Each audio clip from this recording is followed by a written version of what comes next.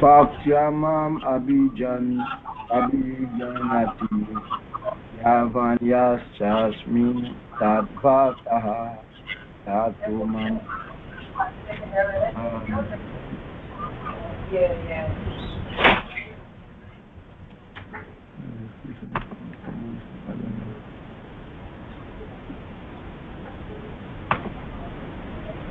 I don't know why this page come around here.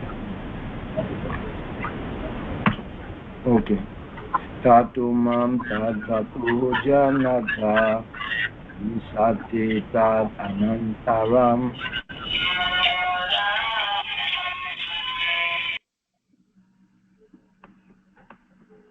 Translation. One can understand me as I am, as the Supreme Personality of Godhead, only by devotional service, and when one is in full consciousness of me by such devotion, he can enter into the kingdom of God. Purport. The Supreme Personality of Godhead, Krishna, and his plenary portion cannot be understood by mental speculation, nor by the non-devotees. If anyone wants to understand the Supreme Personality of Godhead, he has to take to pure devotional service under the guidance of a pure devotee. Otherwise, the truth of the Supreme Personality of Godhead will always be hidden. As already stated in Bhagavad Gita 7.25, Naham Prakasaha Savasya. He is not revealed to everyone. No one can understand God simply by erudite scholarship or mental speculation. Only one who is actually engaged in Krishna consciousness and devotional service can understand what Krishna is. University degrees are not helpful. One who is fully conversant with the Krishna consciousness science becomes eligible to enter into the spiritual kingdom, the abode of Krishna. Becoming Brahman does not mean that one loses his identity. Devotional service is there, and as long as devotional service exists, there must be God, the devotee, and the process of devotional service. Such knowledge is never vanquished even after liberation. Liberation involves getting free from the concepts of material life. In spiritual life, the same distinction is there. The same individuality is there, but in pure Krishna consciousness, one should not mistakenly think that the word Vishati enters into me, supports the money theory that one becomes homogeneous with the impersonal Brahman. No, Vishati means that one can enter into the abode of the Supreme Lord in one's individuality to engage in his association.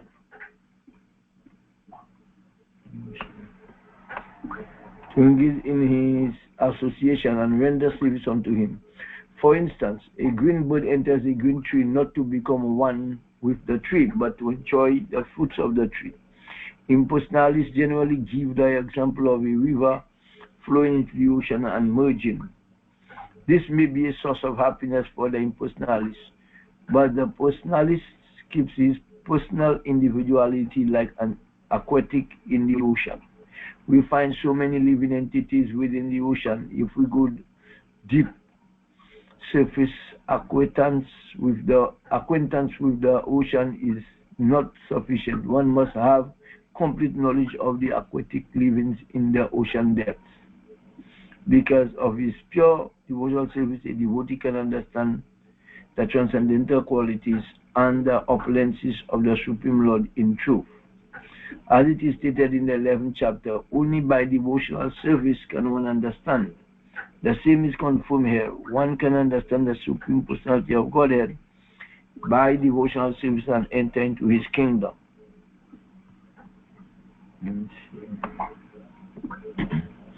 After attainment of the Brahma Bhuta stage of freedom from material conception, devotional service begins by one's hearing about the Lord.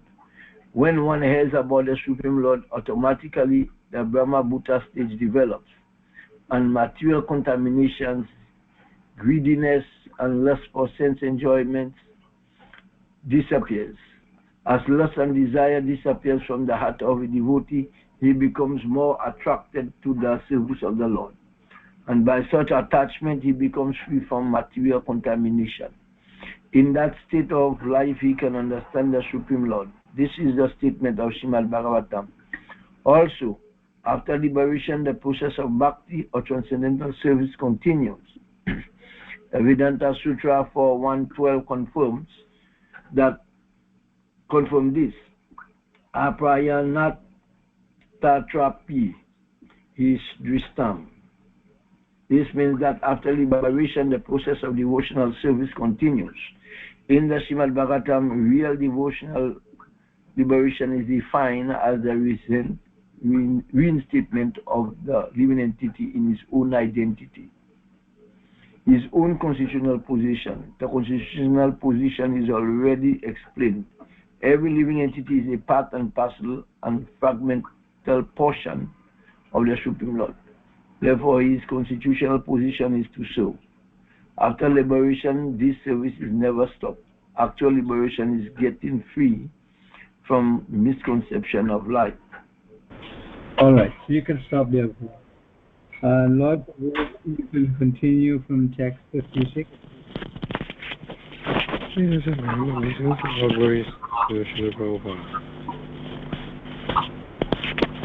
Text 56.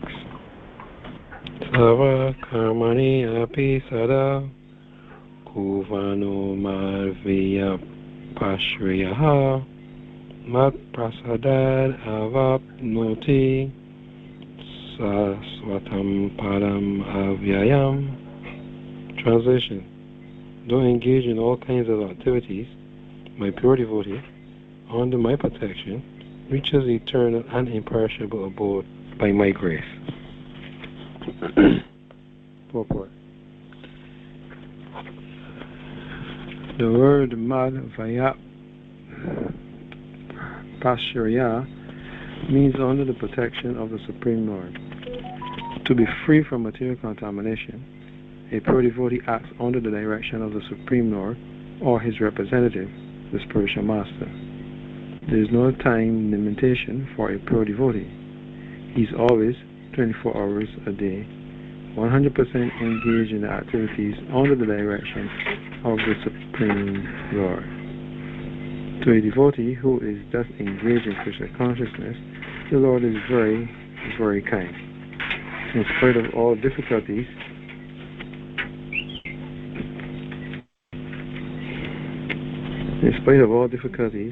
he is eventually placed in the transcendental abode or Krishna Loka. He is guaranteed entrance there. There is no doubt about it. In that supreme abode, there is no change. Everything is eternal, imperishable, and full of knowledge. Text 57.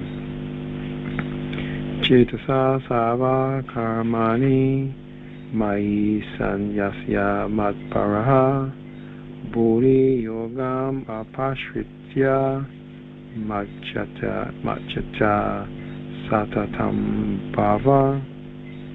Translation: in all activities, just depend upon me and work always under my protection. In such devotional service, be fully conscious of me. Purport.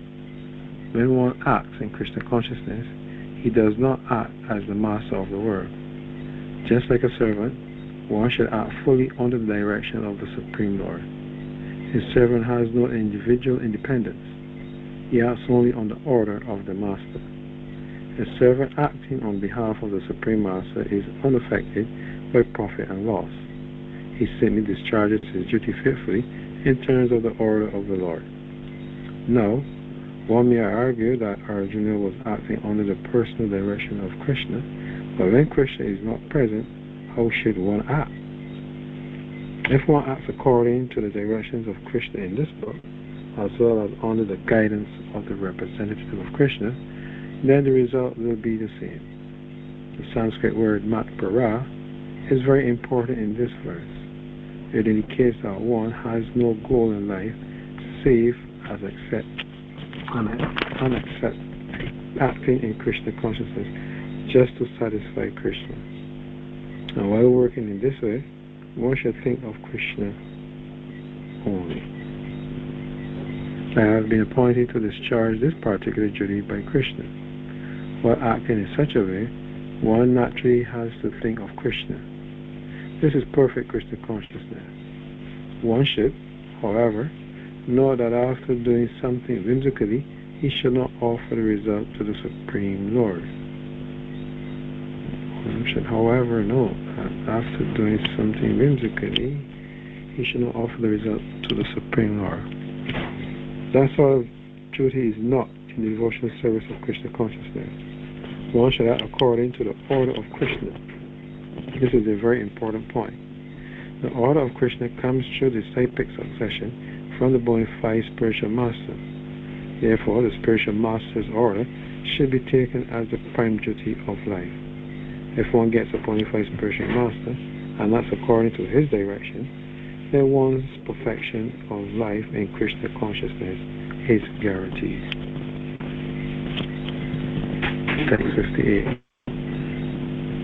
Machita Savardugani Matpasadatarisyashi Atachetvam Ahankaran Nashoshitsi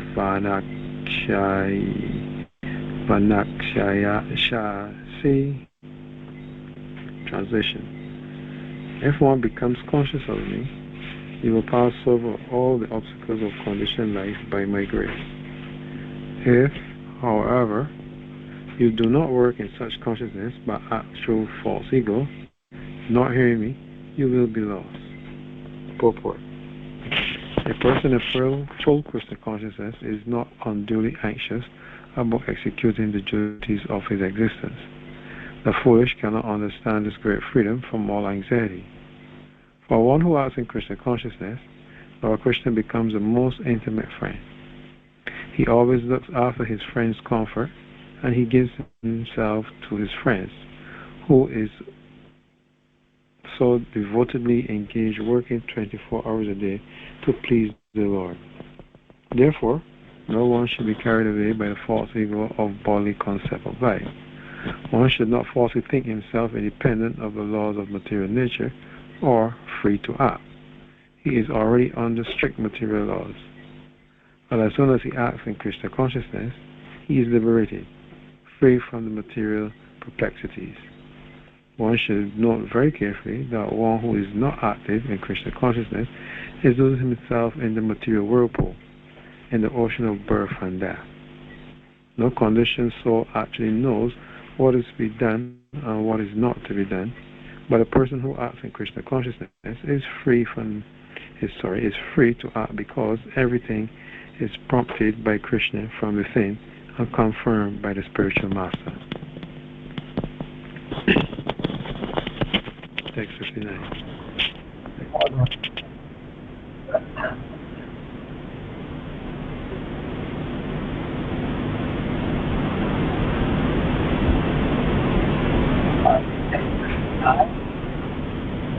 Bible?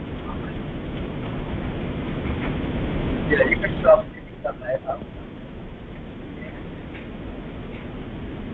Okay, Bible.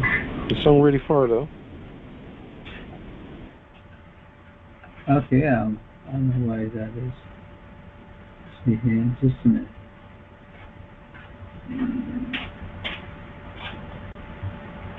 Okay, is that better?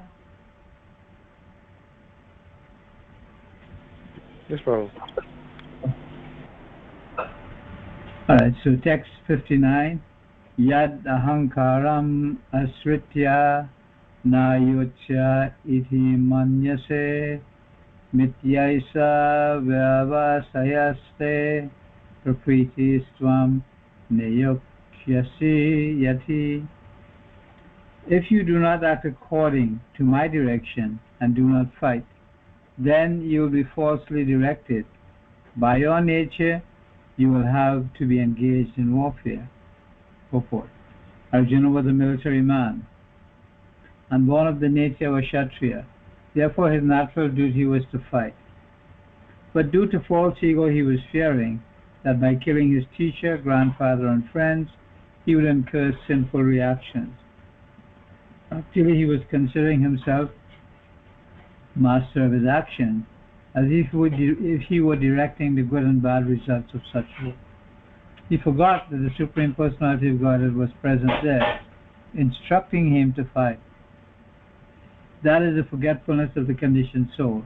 The Supreme Personality gives directions as to what is good and what is bad, and one simply has to act in Krishna consciousness to attain the perfection of life. No one can ascertain his duty as the Supreme Lord can. Therefore, the best course is to take direction from the Supreme Lord and act. No one should neglect the order of the Supreme Personality of Godhead or the order of the spiritual master, who is the representative of God. One should act unhesitatingly to execute the order of the Supreme Personality of Godhead. That will keep one safe under all circumstances. In text 60, Swabhava Jena Kaunteya Nibadha Svena Karmana Kartum Nechasi Yan Mohat Karishyasi Abasop Pitat. Under illusion, you are now declining to fight according to my direction. But, compelled by the work born of your own nature, you will act all the same, O son of Kunti. If one refuses to act under the direction of the Supreme Lord, then he is compelled to act by the modes in which he is situated. Everyone is under the spell of a particular combination of the modes of nature and is acting in that way. But anyone who voluntarily engages himself under the direction of the Supreme Lord becomes glorious. In text 61, Ishvara Sarva Bhutanam Hrideshirjana Tishtati Brahmayam Sarva Bhutani Rantra Rudhani Mayaya. The Supreme Lord is situated in everyone's heart, O Arjuna, and is directing the wanderings of all living entities who are seated as on a machine made of material energy. Purport. Arjuna was not the supreme knower, and his decision to fight or not to fight was confined to his limited discretion. The Lord Krishna instructed that the individual is not all in all, the Supreme Personality of Godhead, or he himself, Krishna, as a localized Paramatma, localized super soul, sits in the heart directing the living entity. After changing bodies, the living entity forgets his past deeds, but the super soul, as the knower of past, present, and future, remains the witness of all his activities. Therefore, all the activities of the living entities are directed by this super soul. The living entity gets what he deserves and is being carried by the material body, which is created in the material energy under the direction of the super soul. As soon as a living entity is placed in a particular type of body, he has to work under the spell of that bodily situation. A person seated in a high-speed motor car goes faster than one seated in a slower car. Though the living entities, the drivers, may be the same, similarly, by the order of the Supreme Soul, material nature fashions a particular type of body to a particular type of living entity so that he may work according to his past desires. The living entity is not independent. One should not think himself independent of the Supreme Personality of Godhead. The individual is always under the Lord's control. Therefore, one's duty is to surrender, and that is the injunction of this verse. Alright, so Varun Prabhu, you can continue with text 62. तं एव शरणं गच्छ सर्वभावेन भारत तत्प्रसादात् परं शान्तिं स्थानं प्राप्स्यसि शाश्वतम्. O throne of Bharat, surrender unto him utterly. By his grace you will attain transcendental peace and the supreme and eternal abode. A living entity should therefore surrender unto the supreme personality of Godhead, who is situated in everyone's heart, and that will relieve him from all kinds of misery, object and mental limitation. By such surrender, not only will one be released from all miseries in this life, but at the end he will reach the supreme God. The transcendental world is described in the Vedic literature as Tad Vishnu Paramam Padam. Since all of creation is the kingdom of God, everything material is actually spiritual. But Paramam Padam specifically refers to the eternal abode, which is called the spiritual sky or Vaikuntha. In the 15th chapter of Bhagavad Gita, it is stated, Sarvasya Chaham Hridi Sanivishta. The Lord is seated in everyone's heart. So this recommendation that one should surrender unto the super soul sitting within means that one should surrender unto the supreme personality of Godhead, Krishna. Krishna has already been accepted by Arjun as the supreme. He was accepted in the 10th chapter as Param Brahma Param Dhama. Arjun has accepted Krishna as the supreme personality of Godhead and the supreme abode of all living entities, not only because of his personal experience, but also because of the evidence of great authorities like Narad, Asita, Devala, and Vyas. Text 63. Iti te jnanam akhyatam guhyad guhyataram maya vimrishyaitad asheshena yatheshchasi tatha kuru. Thus I have explained to you knowledge still more confidential. Deliberate on this fully, and then do what you wish to do. Purport. The Lord has already explained to Arjun the knowledge of Brahma Bhuta. One who is in the Brahma Bhuta condition is joyful. He never laments, nor does he desire anything. That is due to confidential knowledge. Krishna also discloses knowledge of the super soul. This is also Brahman knowledge, knowledge of Brahman, but is superior. Here the words Yacheshasi Tatha Kuru, as you like, you may act, indicate that God does not interfere with the little independence of the living entity. In the Bhagavad Gita, the Lord has explained in all respects how one can elevate his living condition. The best advice imparted to Arjun is to surrender unto the super soul seated within his heart. By right discrimination, one should agree to act according to the order of the super soul. That will help one become situated constantly in Krishna consciousness, the highest perfectional stage of human life. Arjun is being directly ordered by the personality of Godhead to fight. Surrender to the supreme personality of Godhead is in the best interest of the living entities. It is not for the interest of the supreme. Before surrendering, one is free to deliberate on this subject as far as the intelligence goes.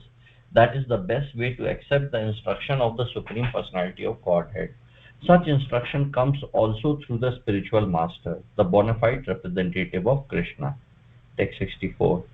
Sarva guhya tamam bhuya shृणु me paramam vachah ishtosi me dridham iti tato vakshyami te hitam.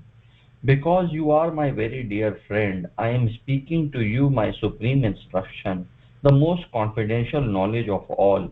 Hear this from me, for it is for your benefit. Purport. The Lord has given Arjun knowledge that is confidential, knowledge of Brahman, and still more confidential, knowledge of the super soul within everyone's heart. And now he is giving the most confidential part of knowledge. Just surrender unto the supreme personality of Godhead. At the end of the 9th chapter, he has said, Man manah, just always think of me.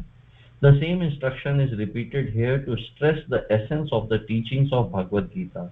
This essence is not understood by a common man, but by one who is actually very dear to Krishna, a pure devotee of Krishna. This is the most important instruction in all Vedic literature. What Krishna is saying in this connection is the most essential part of knowledge, and it should be carried out not only by Arjun but by all living entities. Text 65. Man mana bhava mad bhakto madhyaji mam namaskuru mam evaishyasi satyam te pratigyane priyosi me. Always think of me, become my devotee, worship me, and offer your homage unto me. Thus you will come to me without fail. I promise you this because you are my very dear friend. Purport. The most confidential part of knowledge is that one should become a pure devotee of Krishna and always think of him and act for him. One should not become an official meditator. Life should be so molded that one will always have the chance to think of Krishna. One should always act in such a way that all his daily activities are in connection with Krishna. He should arrange his life in such a way that throughout the 24 hours he cannot but think of Krishna. And the Lord's promise is that anyone who is in such pure Krishna consciousness will certainly return to the abode of Krishna, where he will be engaged in the association of Krishna face to face. This most confidential part of knowledge is spoken to Arjun because he is the dear friend of Krishna. Everyone who follows the path of Arjun can become a dear friend to Krishna and obtain the same perfection as Arjun. These words stress that one should concentrate his mind upon Krishna. The very fawn with two hands carrying a flute, the bluish boy with a beautiful face and peacock feathers in his hair. There are descriptions of Krishna found in the Brahma Samhita and other literatures. One should fix his mind on this original form of Godhead, Krishna. One should not even divert his attention to other forms of the Lord. The Lord has multi forms as Vishnu, Narayan, Ram, Varaha, etc. But a devotee should concentrate his mind on the form that was present before Arjun. Concentration of the mind on the form of Krishna constitutes the most confidential part of knowledge, and this is disclosed to Arjun because Arjun is the most dear friend of Krishna's. All right, so you can hold there, Prabhu. So, Ravana, then you can go ahead and read from text 66.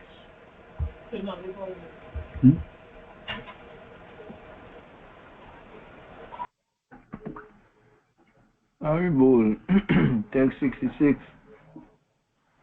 Savadamam parityaja mam ekam saranam vraja aham tvam sava papibyo moksha yesyami masucha. Translation. Abandon all varieties of religion and just surrender unto me. I shall deliver you from all sinful reaction. Do not fear. Purport. The Lord has described various kinds of knowledge and process of religion. Knowledge of the Supreme Brahman, knowledge of the Super Soul, knowledge of the different types of orders and statutes of social life, knowledge of the renounced order of life, knowledge of non-attachment, sense and mind control, meditation, etc. He has described in so many ways different types of religion. Now, in summarizing Bhagavad Gita, the Lord says that Arjuna should give up all the process that have been explained to him. He should simply surrender to Krishna. That surrender will save him from all kinds of sinful reaction, for the Lord personally promised to protect him. In the 7th chapter, it was said that only one who has become free from all sinful reaction can take to the worship of Lord Krishna.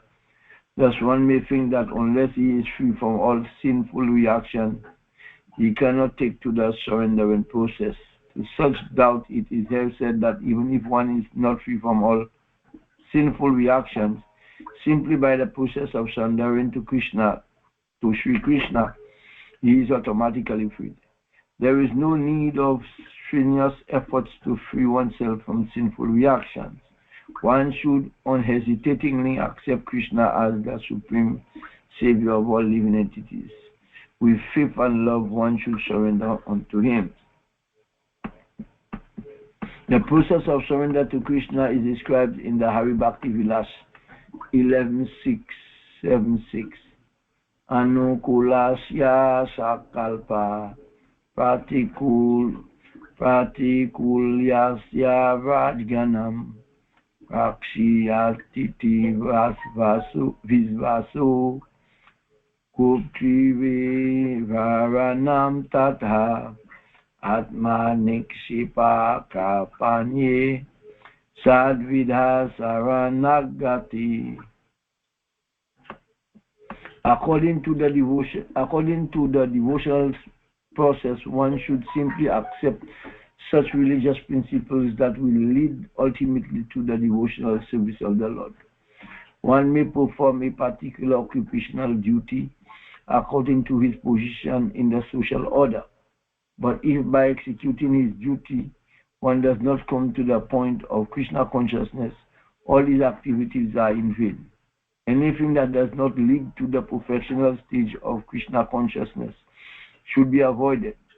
One should be confident that in all circumstances, Krishna will protect him from all difficulties. There is no need of thinking how one should keep the body and soul together. Krishna will see to that. One should always think himself helpless and should consider Krishna the only basis for his progress in life. As soon as one seriously engages himself in devotional service to the Lord in full Krishna consciousness, at once he becomes freed from all contamination of material nature. There are different processes of religion, purificatory process by cultivation of knowledge, meditation in the mystic yoga system, etc. But one who surrenders unto Krishna does not have to execute so much methods. That simply surrender unto Krishna will save him from unnecessarily wasting time. One can thus make all progress at once and be freed from all sinful reactions. One should be attracted by the beautiful vision of Krishna. His name is Krishna because he is all attractive. One who becomes attracted by the beautiful, all-powerful, omnipotent vision of Krishna is fortunate. There are different kinds of transcendentalists. Some of them are attached to the impersonalist Brahman vision. Some of them are attracted by the super soul features, etc. But one who is attracted to the personal features of the Supreme Personality of Godhead, and above all, one who is attracted by the Supreme Personality of Godhead as Krishna himself, is the most perfect transcendentalist. In other words, devotional service to Krishna in full consciousness is the most confidential part of knowledge. And this is the essence of the whole Bhagavad Gita. Karma yogis, empiric philosophers, mystics, and devotees are all called transcendentalists. But one who is a pure devotee is the best of all. The particular words used here, Masucha, don't fear, don't hesitate, don't worry, are very significant. One may be perplexed as to how one can give up all kinds of religious forms and simply surrender unto Krishna, but such worries is useless. All right, you can stop there, Prabhu. And Lord Prabhu, you can continue from text 67.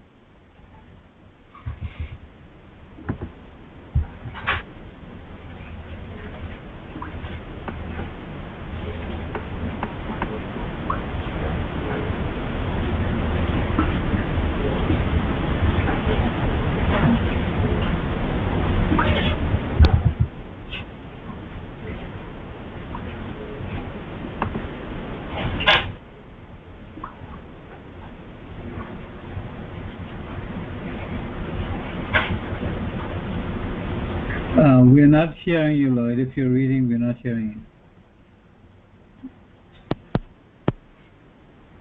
you. Yeah. You hear me now? You hear me? Yeah. Idam te nata paskaya nabhaktaya kadachana na cha shushu seva vakchyam na cha mamyo payashuyate. Translation. This confidential knowledge may never be explained to those who are not austere or devoted or engaged in devotional service, nor to the one who is envious of me. Purport. Persons who have not undergone the austerities of religious process, who have never attempted devotional service in Krishna consciousness, who have not tended a pure devotee, and especially those who are conscious of Krishna only as a historical personality, or who are envious of the greatness of Krishna, should not be told this confidential part of knowledge. It is, however, sometimes found that even demoniac persons who are envious of Krishna, worshipping Krishna in a different way, take to the profession of explaining Bhagavad Gita in a different way to make business. But anyone who desires actually to understand Krishna must avoid such commentaries on Bhagavad Gita. Actually, the principle of Bhagavad Gita is not understandable to those who are sensuous. Even if one is not sensuous, but is strictly following the disciplines enjoined in Vedic scripture, if he is not a devotee, he also cannot understand Krishna. And even when one poses himself as a devotee of Krishna, but is not engaged in Krishna conscious activities, he also cannot understand Krishna. There are many persons who envy Krishna because he has explained in Bhagavad Gita that he is the supreme and that nothing is above him or equal to him. There are many persons who are envious of Krishna. Such persons should not be told of Bhagavad Gita, for they cannot understand. There is no possibility of faithless persons understanding Bhagavad Gita and Krishna. Before understanding Krishna from the authority of a pure devotee, one should not try to comment upon Bhagavad Gita. Text 68. Ya idam paramam goyam mad bhakti sve bidashyate bhaktim mai param kritva mam evai syat evaisya ta asmam sayaha. Translation. For one who explains this supreme secret to the devotees, pure devotional service is guaranteed, and at the end he will come back to me. Purport. Generally, it is advised that Bhagavad Gita be discussed among the devotees only, for those who are not devotees will understand neither Krishna nor Bhagavad Gita. Those who do not accept Krishna as he is and Bhagavad Gita as it is should not try to explain Bhagavad Gita whimsically and become offenders. Bhagavad Gita should be explained to persons who are ready to accept Krishna as the Supreme Personality in Godhead. It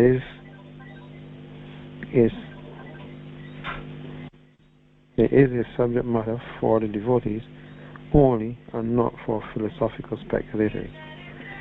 Anyone, however, who tries sincerely to present Bhagavad Gita as it is, will advance in devotional activities and reach a pure devotional state of life.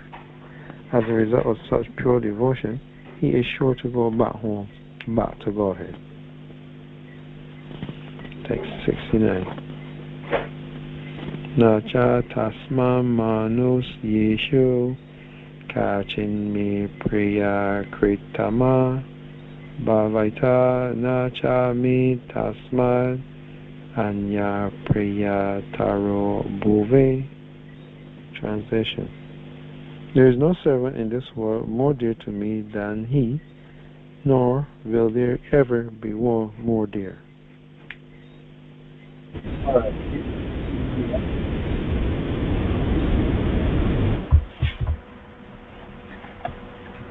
Alright, so text 70. Adyesyate cha yamimam dharmyam samvadam avyayo jnanaya gena tenaham ishtasyam iti me mati. And I declare that he who studies this sacred conversation of ours worships me by his intelligence. Text 71. Shradhavan anasuyascha shrinuyadapi yonara sopi mukta subhalokan pranuyat punya karmanam. And one who listens with faith and without envy becomes free from sinful reactions and attains to the auspicious planets where the pious dwell. Purport. In the 67th verse of this chapter, the Lord explicitly forbade the Gita being spoken to those who are envious of the Lord. In other words, Bhagavad Gita is for the devotees only. But it so happens that sometimes a devotee will hold open class, and in that class not all the students are expected to be devotees. Why do such persons hold open class? It is explained here that although not everyone is a devotee, still there are many men who are not envious of Krishna.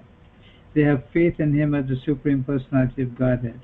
If such persons hear from a bona fide devotee about the Lord, the result is that they will become at once free from all sinful reactions, and after that attain to the planetary system where all righteous persons are situated.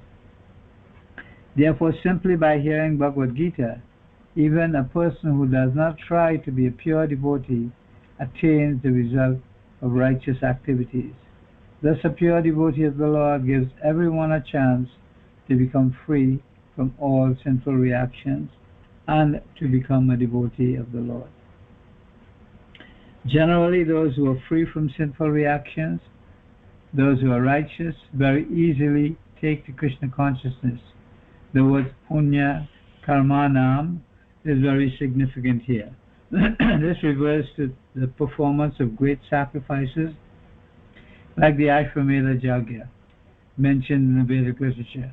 Those who are righteous and performing devotional service but who are not pure can attain the planetary systems of the pole star or Dhruva Loka, where Dhruva Maharaj is presiding.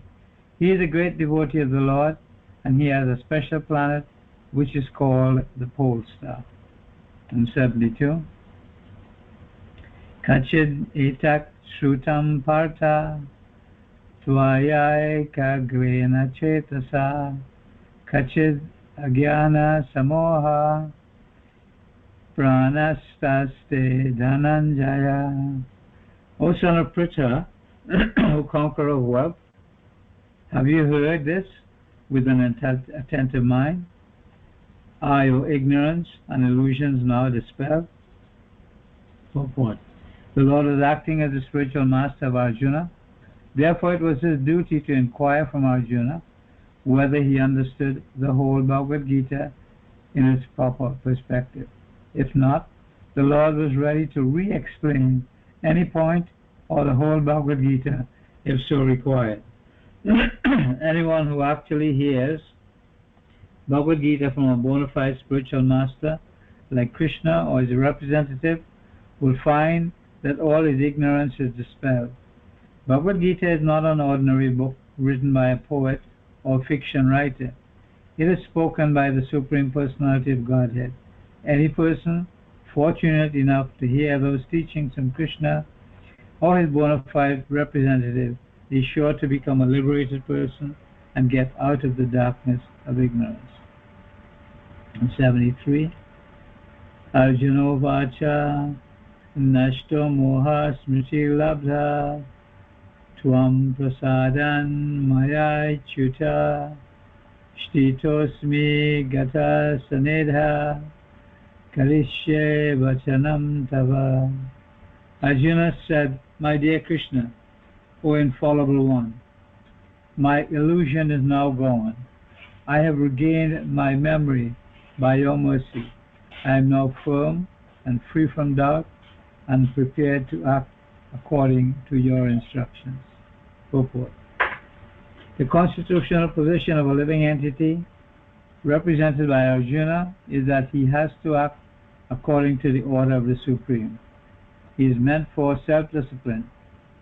Sri Chaitanya Mahaprabhu says that the actual position of the living entity is that of eternal servant to the Supreme Lord.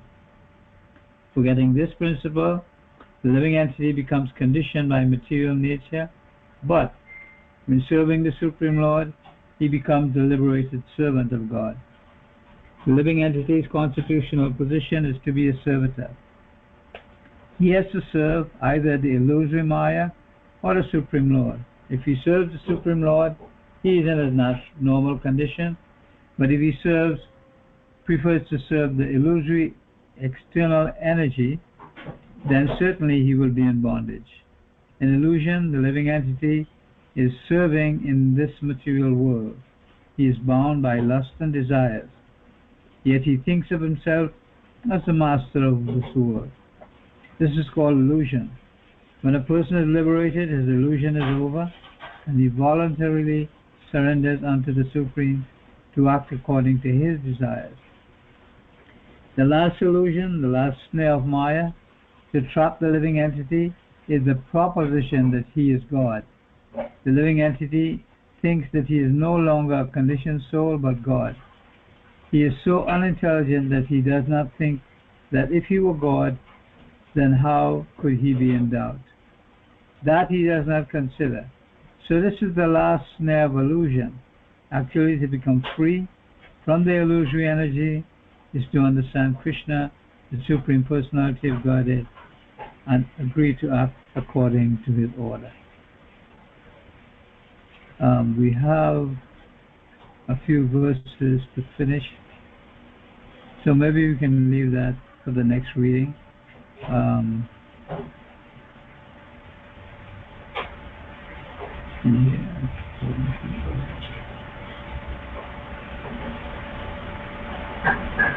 Okay, so let me finish this one. The word moha is very important in this verse. Moha refers to that which is opposed to knowledge. Actually, real knowledge is the understanding that every living being is eternally a servitor of the Lord, but instead of thinking of oneself in that position, the living entity thinks that he is not a servant, that he is the master of this material world, for he wants to lord it over the material nature. That is his illusion. This illusion can be overcome by the mercy of the Lord, or by the mercy of a pure devotee. When that illusion is over, one agrees to act in Krishna consciousness.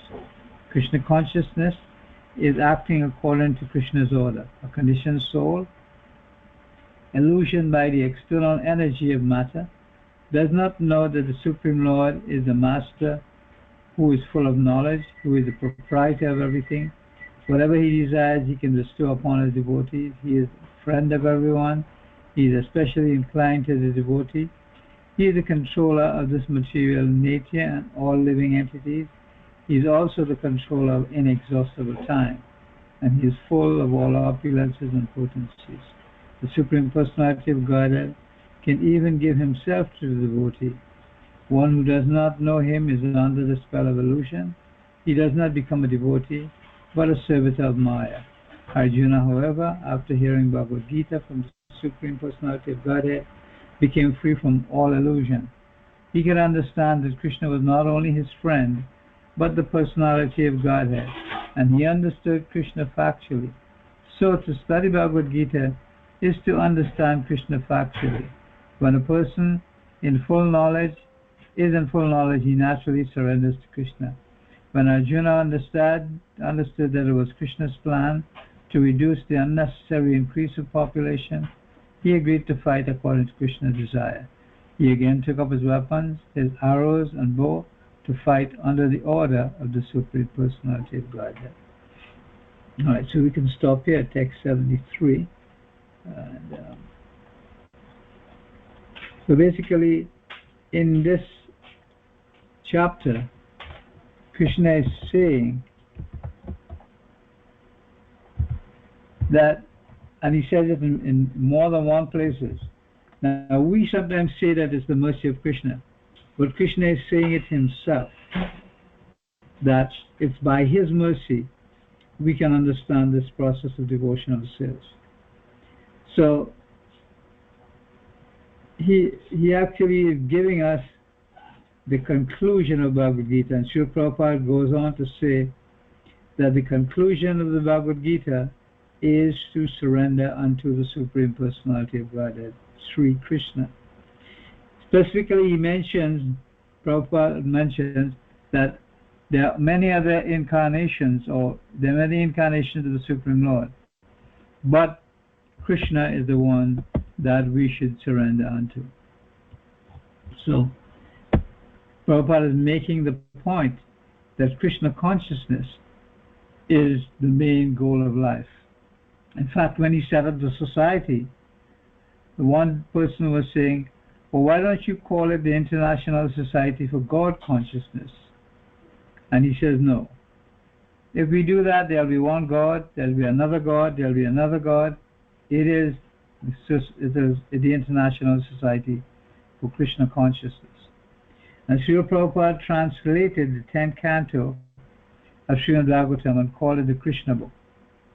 And he translated that his main purpose was for us to understand that Krishna is the Supreme Personality of Godhead. So here Krishna is telling Arjuna to surrender unto the Super Soul. But then he goes on to say, to surrender unto me. He says, Sarva Dharman Parityaja Mamekam Sharanam Braja. Abandon all varieties of religion and just surrender unto me, and I shall deliver you from all sinful reactions. Do not fear. So he says, do not fear, do not worry, don't be afraid. So one may think that unless he is free from sinful reactions, he cannot take to the surrendering process. To such doubts, it is said here that even if one is not free from all sinful reaction, simply by the process of surrendering to Sri Krishna, he is automatically free. There is no need of strenuous effort to free oneself from sinful reaction. One should unhesitatingly accept Krishna as the Supreme Savior of all living entities. With faith and love, one should surrender unto him. This is also mentioned in the Hari Bhakti Vilas. According to the devotional process, one should simply accept such religious principles that will lead ultimately to the devotional service of the Lord. One may perform a particular occupational duty according to his position in the social order, but if by executing his duty one does not come to the point of Krishna consciousness, all his activities are in vain. So, this is the specific teaching of the Supreme Personality of Godhead. This is a specific mercy of Srila Prabhupada, where he comes to give this. He also said that this knowledge should not be explained to one who is envious. So we don't openly preach to one who is envious, trying to convince him, but we preach to persons who are favorable, so they can take to Krishna consciousness.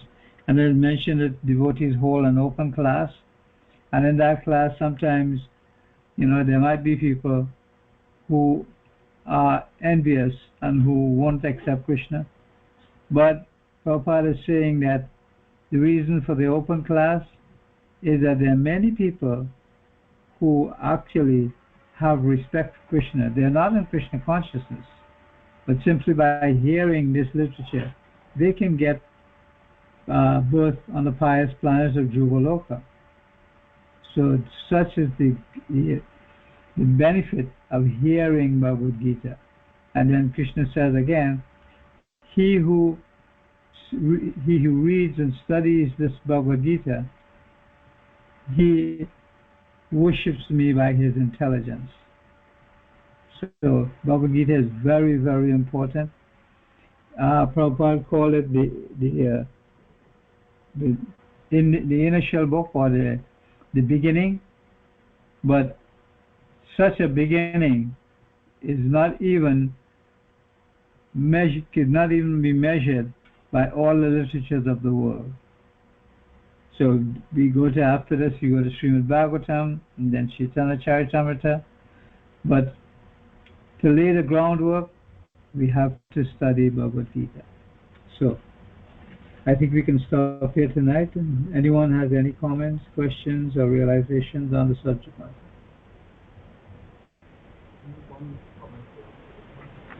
Hard to be envious of the god. I mean, it's initially it seems. I mean, you can see that Lord Krishna, he has all the opulences, and a living entity may think that, oh, but living entities is beset by all problems, all materialistic challenges. But if the living entity comes to this realization that, Lord Krishna is my most well-wishing friend, he has a love and care for us, then it is very hard to be envious. It's just because Lord Krishna is, all the time, he is the most well-wishing friend. He is caring. He is trying to direct us towards, uh, I think he is trying to direct us towards devotional service. Even the material illusory energy, it challenges us, but it challenges us so that we can see the futility of it, I think. So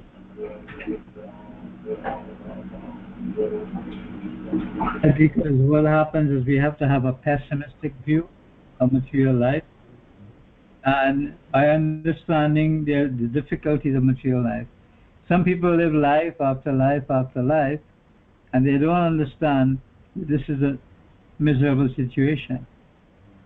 So there are many people who are going birth after birth after birth, but they don't understand it.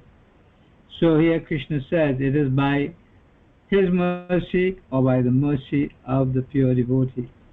This is how we get this knowledge. So we get this knowledge by Krishna's special mercy. He said, Paritranaya sadhuna vinashaya chaduskritam dharma samsarpanataya sambhavavi juge juge. And to deliver the pious and to annihilate the miscreants, the Lord appears, millennium after millennium.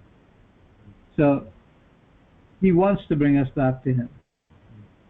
And when we can understand the mood and the benevolence of the Supreme Lord, our intelligence is a shadow in that respect. It's a tiny, tiny little shadow. So we take instruction from Krishna and follow him. And that reduces our lust and greed and envy. So quite easily that goes away. Because if we take Krishna consciousness, we understand that everyone is pure spirit soul, art and fast with Krishna, and everyone is initially a servant of Krishna, but most of them are misguided. But just a little thought on that. In the material world, the majority of people are misguided. In the spiritual world, which is 3/4 of the Lord's creation, everyone is a servant of the Supreme Lord. So there are more devotees than there are non-devotees, even though we might think there are more non-devotees than devotees, but there are more devotees than non-devotees. But we have to accept the Vaikuntha Lokas. All right, so thank you for that comment, and we'll finish up tomorrow. And I was thinking about seeing if we can do an in-depth study of the Bhagavad Gita starting from chapter 1. So we'll go through the verses quickly and explain the gist of the verses, and we can all give our realizations on the subject matter. We can even ask questions if you want to, right? So we'll go a little bit in depth into Bhagavad Gita and see if we can understand it a little more completely. Does that sound good to everyone?